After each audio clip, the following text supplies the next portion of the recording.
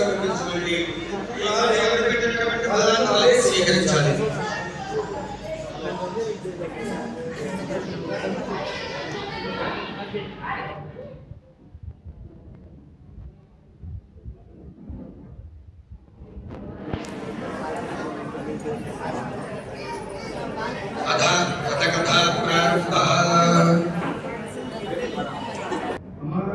వచ్చిన భక్తుల్లో ఎవరైనా భక్తులందరికీ నక్షత్రం ఇవ్వండి.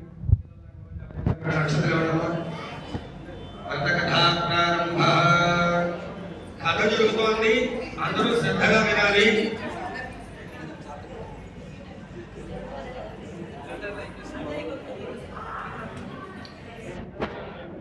మా సత్యనారాయణ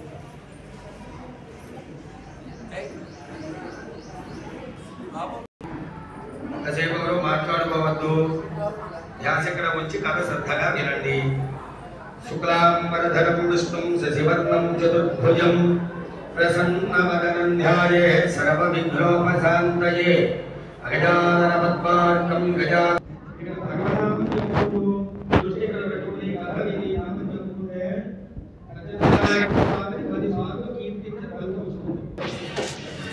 మాట్లాడుకుంటారు. అయితే శ్రద్ధగా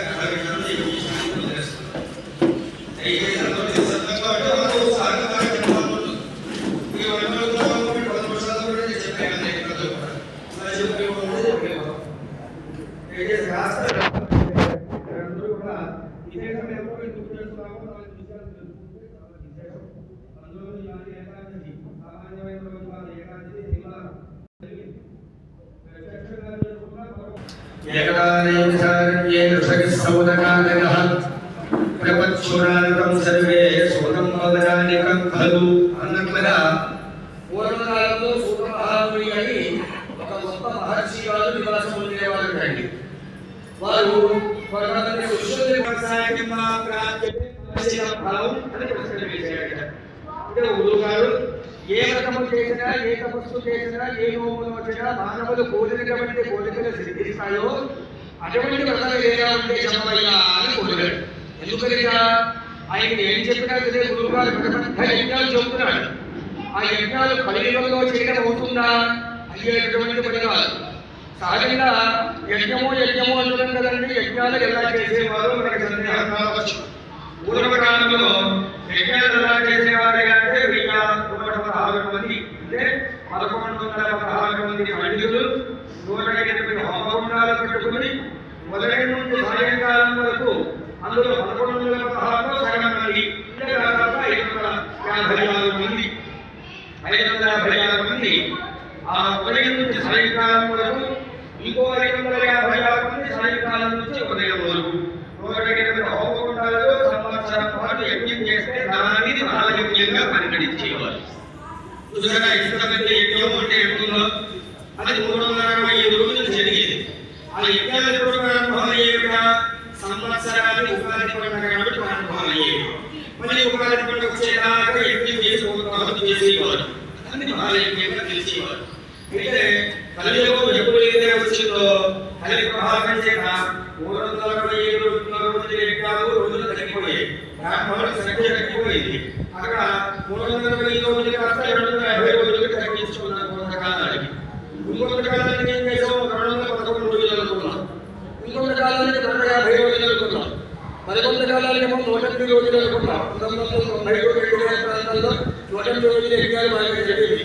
విజయనగరంలో ఎక్కడ వేణుగోపాల శాస్త్రి గారిని వాళ్ళు బాగా తీసుకొచ్చుకునేవారు యజ్ఞాలు. ఇక 2000 నుంచి 2024 వచ్చేసరికి ఆ కాలక్రమేణా చూడండి, 108 రోజులు యజ్ఞాలు, కొన్ని రోజులకి 54 రోజులు, తర్వాత 27 రోజులకి, 21 రోజులకి, 16 రోజులకి, 11 రోజులకు, 9 రోజులకు, సప్తాంధికం అంటే 7 రోజులకు, పాంచాంధికం 5 రోజులకు, ప్రజాంధికం 3 రోజులకు, యాకాంధికం 1 రోజుకి ఈ గంటలోకి వచ్చింది కార్యక్రమం మొత్తం. గొప్పగా ఒక గంట సేపు మనమందరూ యజ్ఞం చేస్తే చాలా అలసిపోయినట్టుగా భావన చేసే పరిస్థితుల్లో వచ్చేసాం. భగవంతుడికి ఎంత అర్చన చేస్తే ఆయన సంతోషపడి పూర్వకాలం మంత్రానికి శక్తి ఉండేది. ఈ వాళ్ళలో ఎక్కడో సరిపెట్టేసి ఏదో చేసేటట్టుగా భావిస్తున్నామో మనందరం మనం ఆలోచించుకోవాల్సిన పరిస్థితులు ఏర్పడుతున్నాయి. ఈ కలియుగంలో మానవులందరూ కూడా వాళ్ళ కుల వివక్షతో కొట్టుకుంటూ ఉంటారు. ఒకళ్ళంటే ఒకరికి పడదు, ఒకళ్ళంటే ఒకరికి అసూయాద్వేషాలు కలుగుతుంటాయి. వీళ్ళందరూ కలిస్తే కానీ యజ్ఞం అవుతుంది. 400 కలిస్తే యజ్ఞం అవుతుంది. ఇది నేను ఒక్కడిని పనులు తీసుకుంటే చేసేస్తానంటే ఏమని కాదు. అందరూ కలగాలి, అందరి భాగస్వామ్యం ఉండాలి, దాంట్లో అప్పుడే యజ్ఞం అవుతుంది. అలాగే మన వినాయక ఉత్సవం జరగాలంటే ఒక్కరు చేస్తే అయిపోతుందా? అవదు. అందరూ కలగాలి, అందరూ కలిస్తే చేసే ఉత్సవం యొక్క పండుగ వేరేగా ఉంటుంది. ఒక్కరు విడిగా చేస్తే దాని దేశం వేరేగా ఉంటుంది. అలాగే మానవులు ఈ విధంగా ఉంటారు కాబట్టి వీళ్ళందరూ కూడా యజ్ఞయాగాలు చేయడం అనేటువంటిది అయ్యేపని కాదు. అని మోక్షంలో మోక్షాన్ని ఇచ్చేటటువంటిది, కోరినటువంటి కోరికలు తీర్చేటటువంటిది ఒక వ్రతం కానీ తపస్సు కానీ పూజ కానీ ఊరికే చెప్పవయ్యా అని కోరాడు. అందుకు గురువుగారు సంతోషించినటువంటి వాడి ఓ మహాభావ, నీవు అడిగిన ప్రశ్నకు నేనే సమాధానం చెప్పడలేదు. నాకు ఒక పెద్ద కథ ఉంది, ఆ కథే చెప్తాను వినవయ్యా అని చెప్పడం మొదలు పెట్టాడు.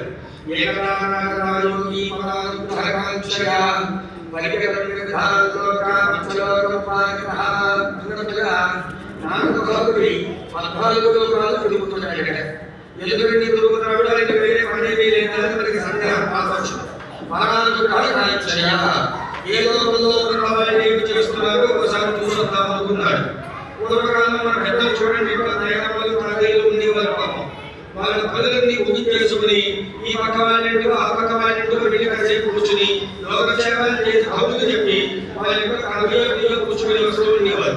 అలాగే వాళ్ళు వస్తే వాళ్ళని అలాగే సత్కరించేవారు, కబుర్లు చెప్పుకుంటూ ఉండేవారు. యోగక్షేమం శాస్త్రంలో చెప్పిన వాళ్ళు అంటే మనం క్షేమంగా జీవిస్తున్నప్పుడు పక్క వాళ్ళని కూడా పట్టించుకుని వాళ్ళకి ఏమైనా సహాయం కావస్తే చేసి అందరితో సహనామకు సహనోభనకు అంటే అర్థమని అందరూ కలిసి జీవించాలి. సహనోభనకు పక్క వాళ్ళకి భోజనం లేకుండా ఈయన పంచవర్ష పరమాన్నాలు తింటే ప్రయోజనం లేదు. ఆయనకి లేనప్పుడు ఈయనకి సహాయం చేసే బాధ్యత ఈయనకి ఉంది. అలాగా పట్టించుకోవాలి. ఈ అర్థభావాలు కూడా ఏం చేస్తున్నారో చూడాలనుకుంటున్నారని 14 లోకాలు తిరుగుతున్నాడు. మార్గంలో భూలోకానికి వచ్చి వచ్చి భూలోకంలో మానవులు పడే కష్టాలన్నీ చూశాడు. ఏమిటా మానవులు పడే కష్టాలు అంటే, ప్రతి మానవుడు జన్మెత్తుతున్నాడు, పెద్దవాడుతున్నాడు, ఎదురు చదువుకుంటున్నాడు, ఇక వ్యాపారము ఉద్యోగము చేస్తున్నాడు, డబ్బులు సంపాదిస్తున్నాడు, వ్యవహారం చేసుకుంటున్నాడు, సంతానం పొందుతున్నాడు, ఉద్యోగం వస్తు వాహనాలన్నీ ఏర్పాటు చేసుకుంటున్నాడు. తప్ప ఏ మానవుడు కూడా లోకపరమైనటువంటి విషయాలకు ప్రారంభించాలి. ఈ మానవుడు లోకపరమైన విషయాలకు ఇవ్వటం లేదు. లోకపరమైన విషయాలంటే ఏమిటండి? ప్రజమానవుడికి ఒక కులం ఉంటుంది. కులం ఎందుకు పెట్టాలి అంటే ధర్మాచరణకు సహాయం కోసం పెట్టారు కులం అనేది. అంటే ఎవరి ఏ రకంగా సహాయం చేయాలో ధర్మాచరణకి అందుకు కులం ఏర్పాటు చేసి వాళ్ళకి కులం పెట్టడం జరిగినది. ఇక్కడ ఏమైంది అంటే అందరూ కూడా కలిపే నేర్గోపాలనే కులం పేరుతో కొట్టుకునే పరిస్థితులు వచ్చేసాయి. అది కలిపి ప్రభావం. అయితే ఈ పొలాలు ఏం చేస్తున్నారంటే అందులో ఇంటి యజమాని రోజు దేవతార్చన చేసుకోవాలి. అంటే ఇప్పుడు దేవతార్చనలు వేదాలు ఇవన్నీ కూడా ఎక్కువ ఉంటాయి. సాయంకాలం వరకు మనమే చేయకపోతాయి. బయటకు వచ్చి వాళ్ళ ఒకరింటూ పూజ చేయించడానికి అవకాశం ఉంటుంది. ధర్మ ప్రకారం తీసుకుంటే అప్పుడు బ్రాహ్మణుడుగా ఉన్నప్పుడు విగ్రహాలు వచ్చి బ్రాహ్మణుని పూజించినట్లయితే ఆయన చేసే అనుష్ఠానంలో ఈయన వచ్చి ఈయన కూడా సుఖంగా ఉంటాడని పెట్టారు పెద్దలు. ఏదైనా వయసులో ఉన్నారనుకోండి, వాళ్ళకి దేవతార్చన గొప్ప. ఏదైనా దీపారాధన చేసి సమాజానికి కావాల్సిన సామాన్లన్నీ కూడా సప్లై చేస్తే వాళ్ళు ఏ ధర్మ కార్యాలకైతే సప్లై చేస్తారో వాళ్ళకి బద్దం వచ్చేస్తుంది. ధర్మ కార్యాలకు సంబంధించి క్షత్రియులు అనుకోండి, వాళ్ళకి సూర్యారాధన, సూర్య ముసలరాజు చంద్ర ముసలరాజు ఉంటారు క్షత్రియులు. వాళ్ళకి సూర్యుడు ఆరాధన ఉంటుంది, చాలా తక్కువగా ఉంటుంది ఆరాధన కూడా. వాళ్ళంతా కూడా సెక్యూరిటీ డిపార్ట్మెంట్. ఈ గ్రామంలో ఎవరు కూడా దుష్టశక్తులు రాకుండా రక్షించే బాధ్యత వాళ్ళది.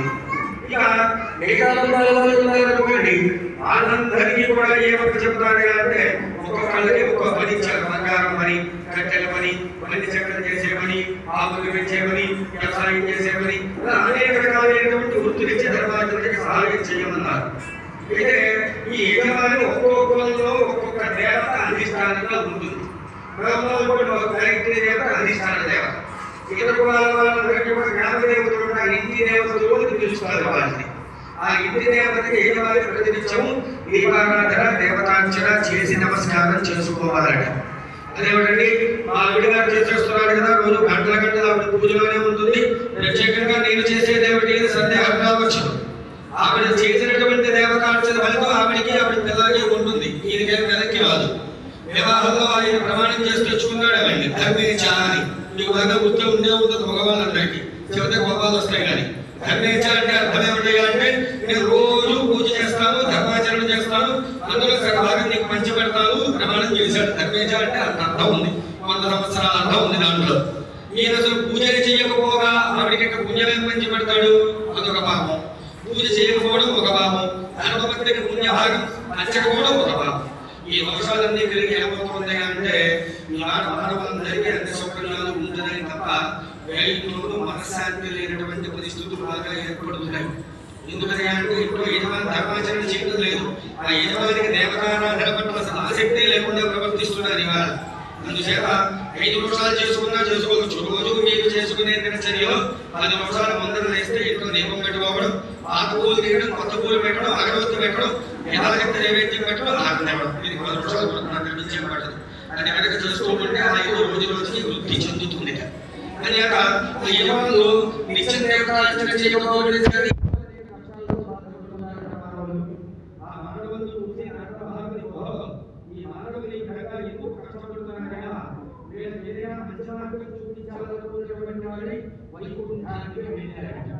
వైకుంఠంలో విష్ణుమూర్తి చక్కగా కూర్చున్నాడు. తెల్లని శరీర ఛాయతోటి 4 భుజములతోటి చక్ర ఆభరణాలు చెత్తపట్టుకున్నవాడై లక్ష్మీదేవి తోటి చక్కగా కూర్చున్నాడు. అటువంటి సమయాన్ని చూసి ఈ నారదుడు ఈ రూపాన్ని చూశాడగా చాలా సంతోషం కలిగింది. ఈ సృష్టిలో నీ అంత అందగాడు లేడు అంటే అది అతిశయోక్తి కాదు, నేను ఎక్కువగా మాట్లాడుతున్నట్టు కాదు. అంత తెలుసుగా ఉన్నావయ్యా, భక్తుల బాధలు తొలగించే శ్రీమన్నారాయణ నీకు భక్తిలో నమస్కరిస్తున్నాను అని నమస్కారం చేశాడట. ఆ స్తోత్రం మీద శ్రీహరి పలుకుతున్నాడు, నారదా